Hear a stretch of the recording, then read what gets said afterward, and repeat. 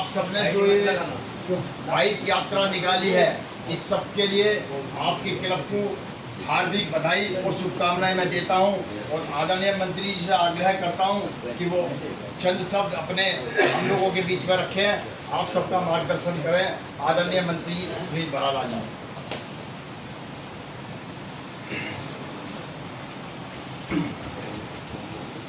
पत्रकार तिरंगा यात्रा के इस कार्यक्रम के आयोजक और जो इस देशभक्ति की यात्रा को सब सम्मिलित होने वाले ऐसे जाबाज क्रांतिकारी हमारे पत्रकार योद्धा बंधु, हमारे भारतीय जनता पार्टी के वरिष्ठ नेता और पूर्व में पार्षद रहे ऐसे हमारे बहुत ही प्रिय श्री अनिल जी शर्मा जी, सम्मानित बंधुओं, बहुत ही अच्छा कार्यक्रम जो देशभक्ति को लेकर के और जिस प्रकार से आप एक अलख जगाने का काम इस तिरंगा यात्रा के माध्यम से जो भारत का ये राष्ट्र ध्वज जिसको लेकर के हमारे अनेक ऐसी योद्धा जो युवाओं ने जो अपने प्राणों की बलिदान करके आहुति दे करके हम इस मुकाम तक पहुंचाने का उन्होंने काम किया था, जिन्होंने मतलब शहीद हुए थे जो योद्धा और जो गोलियों से नहीं डरे थे, जो यातनाओं से नहीं डरे थे, जिन्होंने कभी और परिवार के उन लोगों ने यातनाएं झेली थी और वो आज़ादी हमको सौंपे गए थे, उसका जो जागरण करने वाली ये पत्रकार तिरंगा यात्रा के माध्यम से इस समाज को प्रेरित करने का जो काम किया है आपने, आप वास्तव में इसके प्रति ऑल इंडिया मीडिया क्लब के द्वारा ये आयोजन है कार्यक्रम, इस ऑल इंडिया मीडिया क्लब जो है अच्छे काम और जो मैं आपको इतना कह सकता हूँ क्योंकि देशभक्ति और देश का जज्बा करके आप चले, आप जो है इसको पूरे ऐसे जो सोता हुआ समाज है, जो निष्क्रिय है, जो युवाओं के अंदर देशभक्ति का अर्थ की जानकारी नहीं और उनकी परिभाषा को नहीं जानते, आप वो बताने के लिए निकले हो। तो दो चीज़ें हमें हमेशा ध्यान देनी करनी चाहिए कि हम भारतवर्ष के साथी हैं और आप इस देश के चौथे स्तंभ के रूप में काम करने वाले ऐसे योद्धा हैं। हमें 3-4 चीज़ों का जरूर ध्यान करना चाहिए। ये ध्यान क्या करना चाहिए, जो वर्तमान की जो चुनौती दिखाई देती है उस चुनौती को हमें स्वीकार करना चाहिए। ऐसी चुनौती क्या, जैसे मैं नंबर 1 पर हमेशा बोलता हूँ कि आज वर्तमान की जो चुनौती थी, जो इस भारत की और इस संस्कृति की जो पहचान थी वो क्या थी, संस्कृत भाषा। हमारे पुरखे, हमारे बड़े लोग उसको संस्कृत से हमारे संस्कारों का उदय किया करते थे और वो संस्कृत भाषा कैसे चली गई, किस इस देश की आत्मा की जो प्राण थे वो कैसे चले गए, तो हमें किसी को पता लगा कैसे। फिर हम हिंदी को हमने स्वीकार करा, क्योंकि हिंदी भाषा बनी तो धीरे धीरे। तो आप सोचो, आज ये आपको सोचना है, आपको इसलिए इस सभा में मुझे कहने की आवश्यकता पड़ रही है क्योंकि आप वो स्तंभ है जो आप कोई बात लाएंगे तो वो प्रचलन में आ जाएगी। आप सोचो, जो मेरे गांव का बालक, मेरे गांव का परिवार जो शुद्ध अंग्रेजी नहीं जानता बोलना ना पढ़ना जानता, तो वो कायम में निमंत्रण कार्ड छपवा के ला लेकर के आता है अंग्रेजी में। ऐसे लोग जो बस्तियों में रहते हैं, निमंत्रण कार्ड कायम में छपवा के लाता है अंग्रेजी में।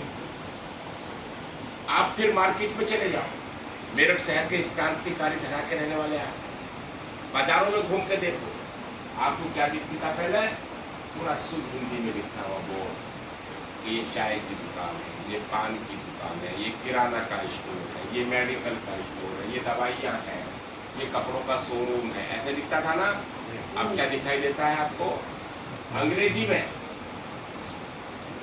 तो क्या हो रहा है, क्या चुनौती है आपके सामने, हिंदी की विदाई हो रही है, इस भारतीय संस्कृति की विदाई हो रही है। और इसका उदाहरण क्या है? अनेक उदाहरण से इसको आप सोच सकते हैं, इस चुनौती को समझ सकते हैं।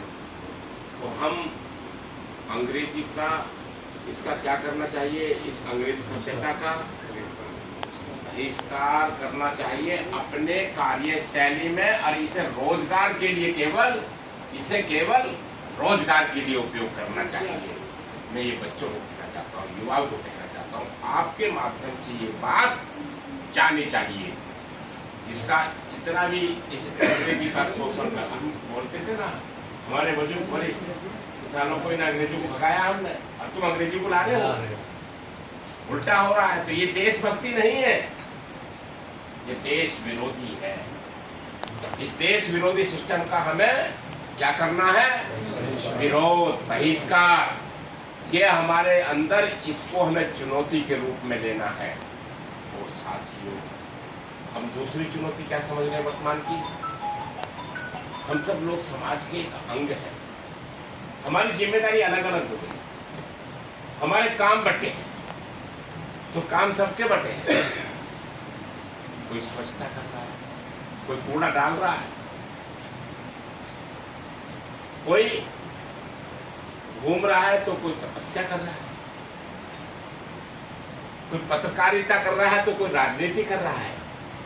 हम सबके काम बट गए, आदि आदि चीजों से हम कैसे कर सकते। तो साथियों, हमें इस चीज का भी एक ध्यान रखना है कि आज जब गांवों के अंदर आप जाते हैं, शहरों की कोठियों पर आप जाते हैं, शहरों के घरों में जा रहे हैं, हमारे बच्चे क्या कर रहे हैं, युवा क्या कर रहा है? आज का एक शब्द आया अभी पत्रकारों के माध्यम से, और कुछ बच्चों ने निकाला, जैन जी। क्या है जैन जी? क्या था, कभी सुना था आपने जैन जी? तो कैसे आ गया? ये सारी जो विदेशी सभ्यताएं हैं, परंपराएं हैं, ये बहुत खतरनाक है। हमें इस स्वतंत्रता के 80वें पर्व पर हमें इस संकल्प करना, इस तिरंगा यात्रा जो ऑल इंडिया मीडिया क्लब है, इसको ये संकल्प दिलाना है और सबको कि हम इसका बहिष्कार करेंगे और अपने इस भारत की जो आत्मा है उसको हम स्वीकार करेंगे। ये हमारा। तो मैं लौट के आता हूँ उसी बात पर, जब हम शहरों के घरों में जाते हैं, गाँवों के घर में जाते हैं, तो वहाँ क्या हो रहा है? कुत्ते पल रहे हैं। है नहीं घरों में, बच्चे नहीं है, और बच्चा शादी कब कर रहा है? हम भी हैं उसके शिकार हो रहे हैं। बच्चे 30-30 साल, 35-35 साल की बात शादी की सोचते हैं। हमारी परंपरा क्या थी? 18-21 साल में शादी कर लिया करते थे, परिवार में होती थी ना पहले।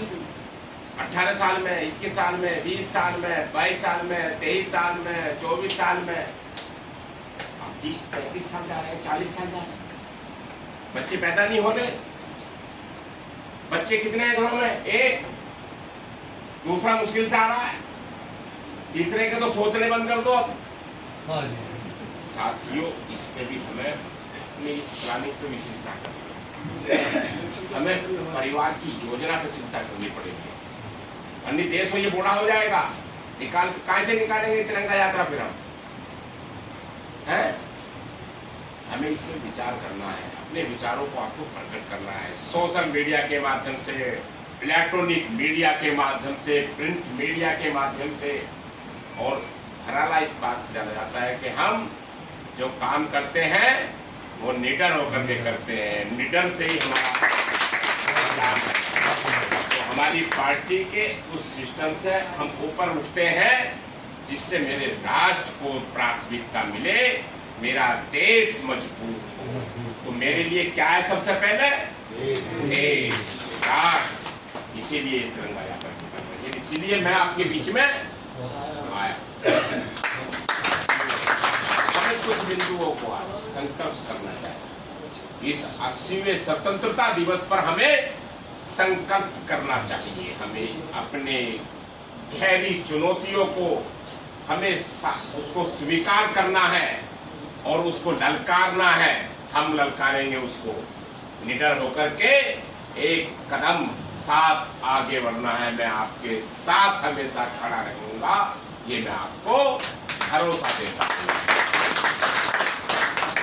ये आने जाने वाला संसार है, आज कोई जा रहा है, कोई आ रहा है, कोई जन्म ले रहा है तो किसी की मृत्यु हो रही है। लेकिन साथियों, आपको हमेशा याद करेंगे हम, और हमारा वो देशभक्ति याद करेगी जो ऑल इंडिया मीडिया क्लब के माध्यम से आपने तिरंगा यात्रा निकाली। हम इसका संकल्प करेंगे उन चुनौतियों को जो देश के सामने आड़े आ रही हैं, जो भ्रष्टाचार में जंजाल का कैंसर बन चुका है। आज इस भ्रष्टाचार भाग लेंगे, इसको लड़ाई बुराई से कि इस समाज के अंदर कुरीतियां आ रही हैं, इन कुरीतियों को दूर करने का संकल्प में होगा। आज पैटर्न क्या है, परिवार में विवाह होते हैं तो देखते हैं कि बेटी वाला कितने करोड़ खर्च कर रहा है। राजनीतिक दलों में देखते हैं कि कोई कार्यकर्ता से आ रहा है तो उसकी तरफ विभिन्न है, और जो आ रहा है तो उसको लाइन लगा रहे हैं, उसे टोक रहे हैं। ये ठगने का सिस्टम है। आज राजनीतिक कार्यकर्ता लोग जो मैदान में आ रहे हैं, क्षेत्रों में आ रहे हैं, वो धन के बलबूते पे